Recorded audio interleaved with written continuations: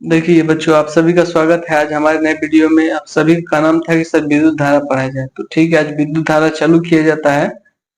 तो सबसे पहले समझिए कि विद्युत धारा है क्या। ठीक, विद्युत धारा कुछ नहीं है। आप लोग देखें अपने घर में जो तार होता है, तार देखे हैं, उसमें जो आवेश प्रवाह करता है, तार में जो आवेश चलता है, प्रवाह माने चलना, तार में जो आवेश चलता है वही क्या है, विद्युत धारा है।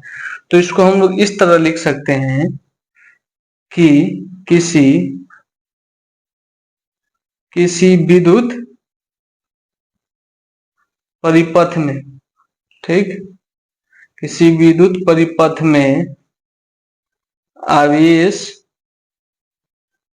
आवेशों आवेशों के प्रवाह आवेशों के प्रवाह को क्या कहते हैं, आवेश को आवेशों के प्रवाह को विद्युत धारा क्या कहते हैं, क्या कहते हैं, आवेश के प्रवाह को विद्युत धारा कहते हैं। ठीक, धारा कहते हैं। ठीक, विद्युत परिपथ में आवेश के प्रवाह को क्या कहते हैं, यानी मेन हमारे शब्द इस पे ध्यान देना, आवेश के प्रवाह।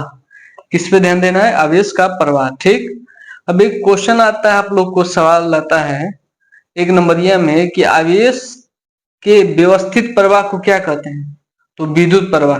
ठीक, आवेश के व्यवस्थित प्रवाह को क्या कहते हैं, विद्युत प्रवाह। ठीक, अब देखिए विद्युत धारा बोल रहा है आवेश के प्रवाह को क्या कहते हैं, विद्युत धारा। या इसको हम लोग एक तरह से और भी डिफाइन कर सकते हैं। इसको क्या डिफाइन कर सकते हैं हम लोग,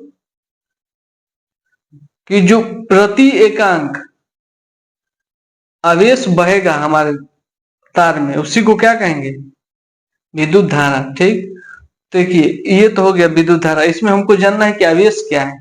ठीक, आवेश क्या है, आवेश क्या है सबसे पहले जानना पड़ेगा। ठीक, विद्युत धारा तो लोग जान जाते हैं, आवेश नहीं जान पाते हैं। ठीक, तो सबसे पहले लिखिए विद्युत आवेश। क्या लिखिए, विद्युत आवेश। विद्युत आवेश क्या है, ठीक, कुछ नहीं, विद्युत आवेश किसी पदार्थ का वह गुण, पदार्थ का वह गुण, ये पदार्थ का गुण है। ठीक, जिसके कारण जिसके कारण जिसके कारण उसमें विद्युत जिसके कारण उसमें विद्युत या चुंबकीय प्रभाव उत्पन्न होता है। क्या, चुंबकीय प्रभाव उत्पन्न होता है। ठीक, चुंबकीय प्रभाव उत्पन्न होता है। ठीक, उसे कहते हैं विद्युत आवेश। उसे क्या कहते हैं, उसे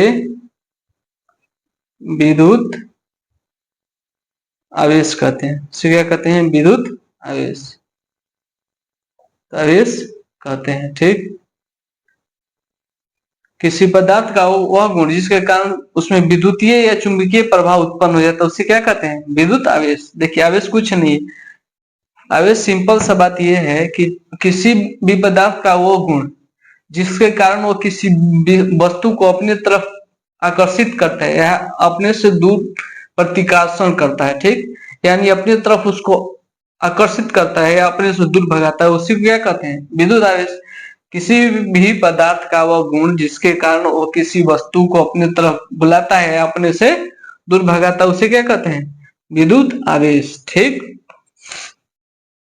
इतना हो गया। अब देखिए, अब हमारा सवाल आता है कि जो सर होता है, सबसे पहले ये जानिए कि विद्युत धारा बराबर होता क्या है, विद्युत धारा बराबर क्या होता है।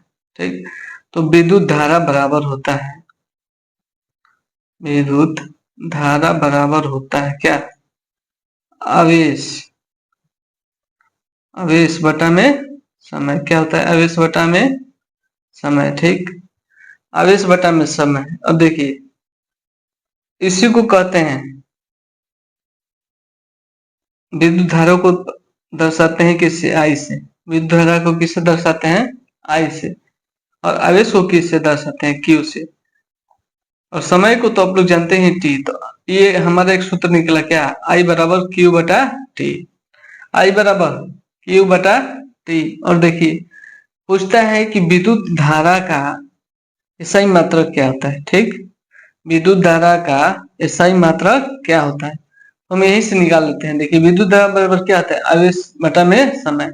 ऐसे तो हम लोग जानते हैं कि विद्युत धारा का एसआई मात्रक एम्पियर है, लेकिन इसका तो कोई दूसरा भी अगर रूप में आ जाता है, कभी का एम्पियर न देखे कुछ दूसरा देता है, तो आवेश का क्या होता है, आवेश का होता है कूलम, क्या होता है, कूलम, कूलम। समय का तो आप लोग जानते ही हैं क्या होता है, सेकंड, क्या होता है, सेकंड, यानी क्या हो गया, कूलम प्रति सेकंड, क्या हो गया, कूलम प्रति, प्रति का तो ही गया सेकंड, ठीक, कूलम प्रति सेकंड। और कूलम प्रति सेकंड को ही क्या कहते हैं हम लोग, एम्पियर कहते हैं, क्या कहते हैं, कूलम प्रति सेकंड को ही क्या कहते हैं, एम्पियर कहते हैं, ठीक। तो इस विद्युत धारा का एसआई मात्रक क्या हो जाएगा, या तो कूलम प्रति सेकंड या एम्पियर, क्या हो जाएगा, या तो कूलम प्रति सेकंड या एम्पियर, ठीक। तो इतना समझ में आ गया आप लोगों को। अब हम लोग चलते हैं आगे की ओर, ठीक। अब विद्युत धारा है तो हम जानते हैं कि आवेश का प्रवाह है, तो प्रवाह होगा तो किसी ना किसी वस्तु में ही होगा, होगा ना। तो आवेश के प्रवाह पर वस्तु को दो भागों में बांटा गया है, ठीक, आवेश के प्रवाह को वस्तु के दो भागों में बांटा गया है। एक क्या, एगो को कहते हैं, एगो को कहते हैं चालक, एगो कहते हैं चालक, ठीक, तथा दूसरे को क्या कहते हैं, विद्युत रोधी, दूसरे को क्या कहते हैं, विद्युत रोधी।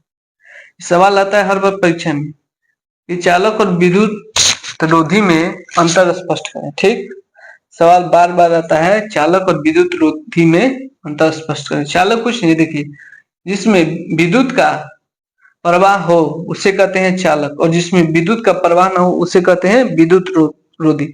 चालक को हम लोग कहते हैं सुचालक, ठीक, चालक को हम लोग क्या कहते हैं, सुचालक, ठीक, सुचालक, चालक कहते हैं सुचालक।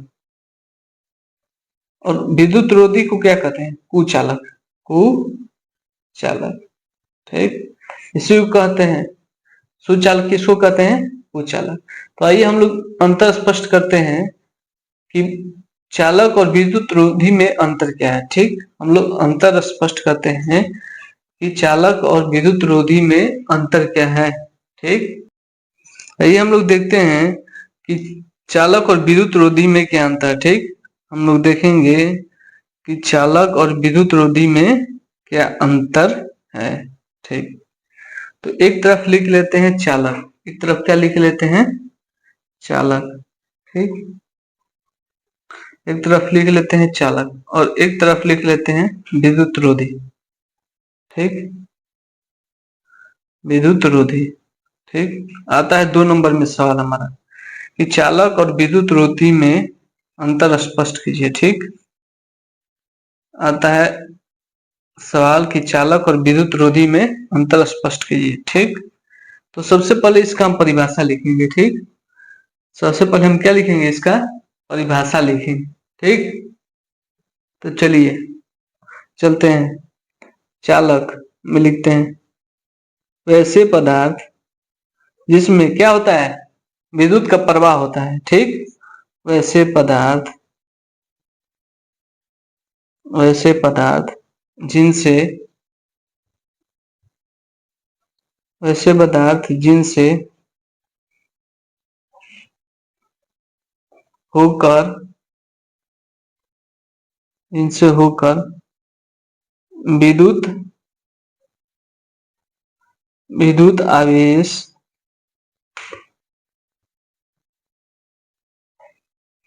का, विद्युत आवेश प्रभावित होती है, क्या होती है, विद्युत आवेश एक भाग से होकर, एक भाग से होकर, एक भाग से होकर दूसरे भाग तक जाती है, दूसरे भाग तक जाती है। उसे क्या कहते हैं? उसे कहते हैं विद्युत चालक। वैसे बताते जिनसे होकर विद्युत आवेश एक भाग से होकर दूसरे भाग तक जाती है। ठीक, विद्युत रोधी में इसका ठीक उल्टा है। विद्युत रोधी में इसका ठीक उल्टा है। ठीक, इसमें क्या हो जाएगा? वैसे पदार्थ जिनसे जिनसे होकर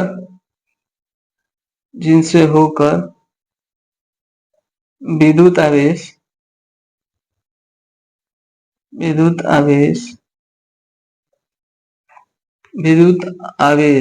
ठीक, जिनसे होकर विद्युत आवेश एक भाग से होकर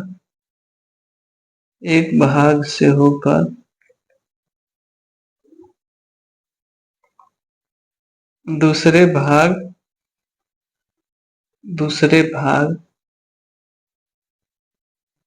भाग तक उसमें जाता है, इसमें न जाता है, न जाती है, इसे क्या कहते हैं? विद्युत रोधी। ठीक, ये तो एक उदाहरण हो गया। इस पे एक नंबर मिल जाएगा। अगर आपको दो दो नंबर लेना है तो इसमें कुछ नहीं करना है, इसका उदाहरण दे दीजिए। ठीक, उदाहरण में क्या हो जाएगा? उदाहरण में तो आप लोग पहले खुद हैं, मनुष्य या जानवर का शरीर। क्या है? मनुष्य या जानवर का शरीर। ठीक, मनुष्य या जानवर का शरीर। आप लोग में विद्युत बहता है ना, तो आप लोग क्या है? चालक है। ठीक, ठीक। अब देखिए और बहुत सारे उदाहरण है, जैसे कि तांबा, चांदी, लोहा, चांदी। फिर एक जो सबसे महत्वपूर्ण उदाहरण इसका क्या है? अशुद्ध जल। क्या है? अशुद्ध जल।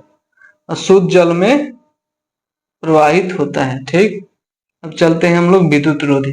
ठीक, विद्युत रोधी में क्या है? जिसमें प्रवाह ना हो, जैसे में कांच हो जाएगा। क्या हो जाएगा? कांच, मोम, प्लास्टिक। ठीक, क्या है? प्लास्टिक। ठीक, और क्या है? हवा, कागज इत्यादि। ठीक, सब क्या उदाहरण है। और इसमें जो सबसे बड़ा उदाहरण है, इसमें अशुद्ध जल, और इसमें क्या हो जाएगा? शुद्ध जल। अगर शुद्ध जल है तो उसमें आपका प्रवाह होगा? नहीं होगा। शुद्ध जल है तो उसमें प्रवाह नहीं होगा। ठीक, याद रखिएगा। अशुद्ध जल में बिजली का प्रवाह होता है, लेकिन शुद्ध जल में बिजली का प्रवाह नहीं होता है। नहीं ना होता है, इस बात को याद रखिएगा। ठीक, बहुत ही काम की चीज है, इसको याद रखिएगा। ठीक, अब देखिए हम लोग को एक नया टॉपिक पढ़ना है। ठीक, ये आप लोग उतार लीजिएगा। ठीक, ये आप लोग उतार लीजिएगा। ठीक, अब हम लोग को एक नया टॉपिक पढ़ना है। क्या पढ़ना है? ठीक, एक नया टॉपिक पढ़ना है। ठीक, कि जो पदार्थ होता है ना, उसमें परमाणु बने होते हैं। तो जो पदार्थ के परमाणु पूछता है कि पदार्थ के परमाणु किन किन कणों से बने होते हैं। ठीक, या पूछता है पदार्थ के परमाणु के कितने मौलिक कर्तव्य। क्वेश्चन लिख देते हैं। पदार्थ के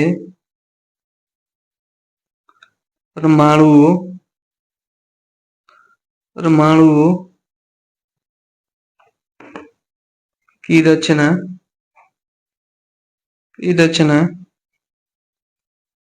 कितने मौलिक कर्तव्य, यानी परमाणु में कितने मौलिक कर्तव्य होते हैं, मौलिक कणों से हुआ है। ठीक, हुआ है। ठीक, यानी पूछता है कि पदार्थ के परमाणु की रचना कितने मौलिक कर्तव्य से हुआ है? तो 3 हुआ से। कितने से हुआ है? 3 हुआ। पहला पहला है क्या? इलेक्ट्रॉन। पहला क्या है? इलेक्ट्रॉन। पहले क्या है? इलेक्ट्रॉन। ठीक। दूसरा क्या है? प्रोटॉन। दूसरा क्या है? प्रोटॉन। दूसरा क्या है? प्रोटॉन। और तीसरा क्या है? तीसरा है न्यूट्रॉन। तीसरा क्या है? न्यूट्रॉन। ठीक। तीसरा क्या है? न्यूट्रॉन। तो पदार्थ के परमाणु की रचना कितने मौलिक कर्तव्य से हुआ है? 3 से। किससे? इलेक्ट्रॉन, प्रोटॉन और न्यूट्रॉन। ठीक। और सवाल आता है कि ये सब होता कैसा है? तो देखिए, इलेक्ट्रॉन जो होता है उस पे निगेटिव चार्ज होता है। उस पे कैसा चार्ज होता है? निगेटिव, यानी ऋणात्मक होता है। ठीक। इलेक्ट्रॉन पे कैसा चार्ज होता है? ऋणात्मक। प्रोटॉन पे कैसा होता है? पॉजिटिव, यानी धनात्मक। ठीक। प्रोटॉन पे कैसा होता है? पॉजिटिव चार्ज होता है। ठीक। अब अगला ऑप्शन क्या है? न्यूट्रॉन। बताइए न्यूट्रॉन पे कैसा होता है? न्यूट्रॉन पे बताइए तो कैसा होता है? कोई है बताने वाला? न्यूट्रॉन पे, न्यूट्रॉन पे ना पॉजिटिव होता है ना निगेटिव होता है। ना इस पे पॉजिटिव होगा, ना पॉजिटिव होगा, ना निगेटिव होगा। ठीक। तो याद रख लीजिएगा, न्यूट्रॉन पे ना पॉजिटिव होता है ना निगेटिव होता है। यानी हम कह सकते हैं कि इलेक्ट्रॉन पे कैसा होता है? इलेक्ट्रॉन पे होता है निगेटिव। प्रोटॉन पे कैसा होता है? पॉजिटिव। लेकिन न्यूट्रॉन पे कैसा होता है? ना पॉजिटिव ना निगेटिव। यानी हम कह सकते हैं कि इसमें आवेश नहीं होता है। ठीक। हम कह सकते हैं कि न्यूट्रॉन में